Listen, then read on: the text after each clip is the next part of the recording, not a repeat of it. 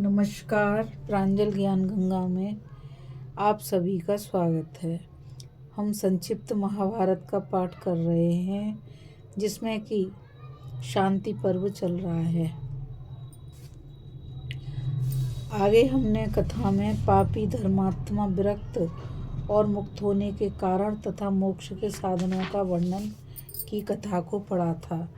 अब हम कथा में भूत और इंद्रियादि के विषय में नारद और देवल मुनि का तथा तृष्णा क्षय के विषय में मांडव्य और जनक का संवाद की कथा को सुनेंगे। भीष्म जी ने कहा, राजन, इस विषय में देवर्षि नारद और देवल का संवाद रूप यह प्राचीन इतिहास प्रसिद्ध है। एक दिन बुद्धिमानों में श्रेष्ठ वयोवृद्ध देवल ऋषि को बैठे देखकर नारद जी ने उनसे प्राणियों की उत्पत्ति और प्रलय के विषय में प्रश्न किया। उन्होंने पूछा, ब्राह्मण, यह स्थावर जंगम जगत कहाँ से उत्पन्न हुआ है और प्रलय काल में यह किस में लीन हो जाता है? देवल ने कहा, देवर्षि, सृष्टि के समय परमात्मा जिनसे समस्त प्राणियों की रचना करते हैं उन्हें भौतिक विज्ञानवादी विद्वान पंचभूत कहते हैं।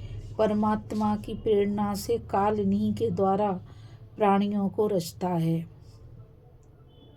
जो इनसे भिन्न किसी और तत्व को भूतों का उपादान कारण बताता है वह निस्संदेह झूठी बात कहता है।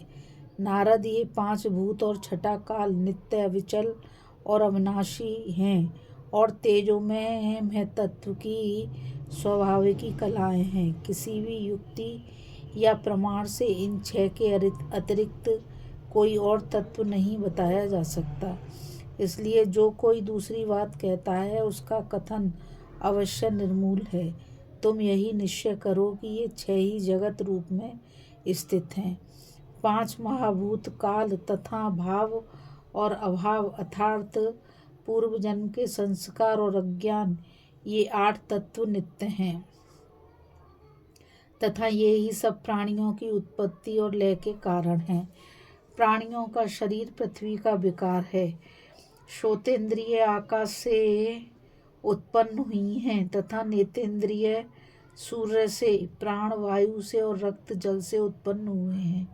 विद्वानों का मत है कि नेत्र, नासिका, कर्ण और त्वचा और जिह्वा, ये 5 ज्ञानेंद्रियां ही विषयों को ग्रहण करने वाली हैं। इन पांचों के देखना, सूंघना, सुनना, स्पर्श करना और रस ग्रहण करना, ये 5 गुण हैं तथा रूप, गंध, शब्द, स्पर्श और रस, ये 5 विषय हैं। किंतु इन 5 विषयों का ज्ञान इंद्रियों को नहीं होता। इन्हें जानता तो क्षेत्रज्ञ जीव ही है। शरीर और इंद्रियों की अपेक्षा चित्त श्रेष्ठ है। चित्त से मन श्रेष्ठ है। मन की अपेक्षा बुद्धि श्रेष्ठ है और बुद्धि से भी क्षेत्रज्ञ श्रेष्ठ है। जीव पहले तो अपनी इंद्रियों द्वारा उनके अलग अलग विषयों को प्रकाशित करता है, फिर मन से विचार करके बुद्धि द्वारा उनका निश्चय करता है। अध्यात्म चित्त करने वाले पुरुष 5 इंद्रिय तथा चित्त, मन और बुद्धि, इन 8 को ज्ञानेंद्रिय कहते हैं। हस्त, पाद, वायु, उपस्थ और मुख, ये 5 कर्मेंद्रियां हैं। इनका भी विवरण सुनो। मुख इंद्रिय का उपयोग बोलने और भोजन करने में है। पाद चलने की और हस्त काम करने की इंद्रियां हैं तथा पायु और उपस्थ त्याग करने वाली इंद्रियां हैं। इनमें पायु इंद्रिय मल त्यागती है और उपस्थ मैथुन के समय वीर्य त्यागता है। इनके सिवा छठी इंद्रिय बल अर्थात प्राण है। इस प्रकार मैंने अपनी वाणी से तुम्हें समस्त इंद्रियां और उनके ज्ञान, कर्म एवं गुण सुना दिए। जब अपने अपने काम से थककर इंद्रियां शांत हो जाती हैं तब मनुष्य सो जाता है। इंद्रियों के निवृत्त हो जाने पर भी यदि मन निवृत्त ना होकर विषयों का ही सेवन करता रहे तो उसे स्वप्न अवस्था समझना चाहिए। जागृत अवस्था में तो सात्विक, राजस और तामस भाव प्रसिद्ध हैं। उन्हीं का भोगप्रद कर्म की सहायता से स्वप्न में अनुभव होता है।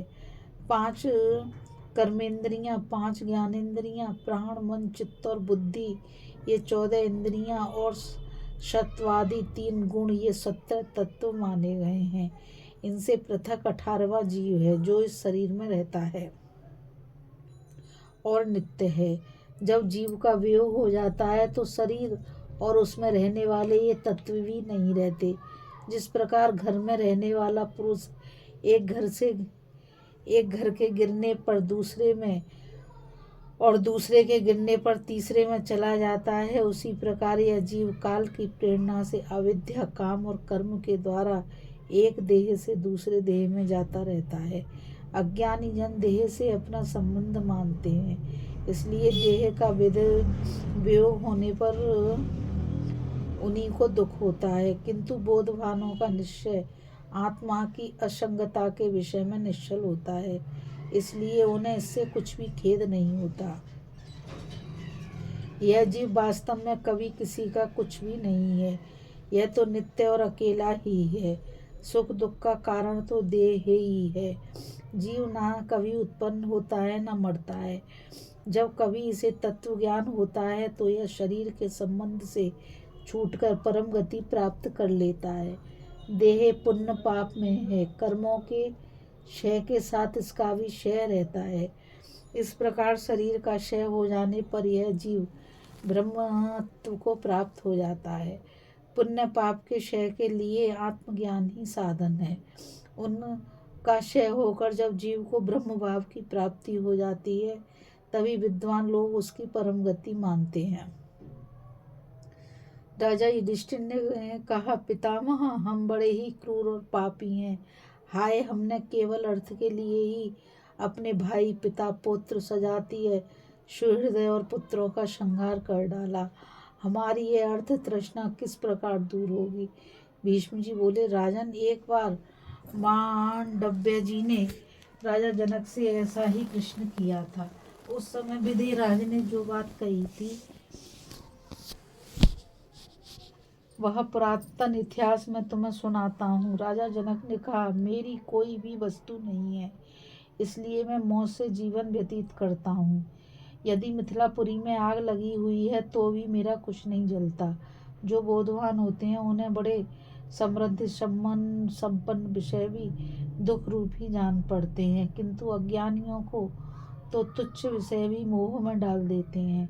लोक में जो काम जनित सुख है और जो परलोक का जो दिव्य सुख है, वे दोनों तृष्णा क्षय से होने वाले सुख के 16वें अंश के समान भी नहीं है।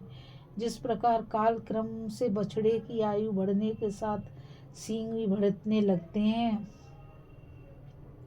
उसी प्रकार धन के साथ तृष्णा की भी वृद्धि हो जाती है। यदि थोड़ी सी वस्तु भी अपनी मान ली जाती है तो नष्ट होने पर वही दुख का कारण बन जाती है।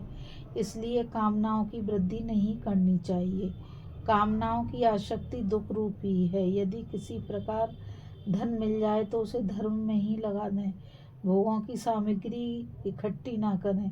विद्वान अन्य सब प्राणियों को भी अपने ही समान देखता है, इसी से वह कृतकृत और शुद्ध चित्त होकर सब वस्तुओं को त्याग देता है।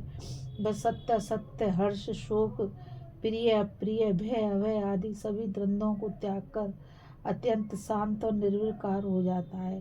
तृष्णा का त्याग दूषित अंतकरण वालों के लिए अत्यंत कठिन है। यह मनुष्य के बूढ़े हो जाने पर भी शिथिल नहीं होती, तब तथा उसके जीवन पर्यंत रहने वाले रोग के समान अथवा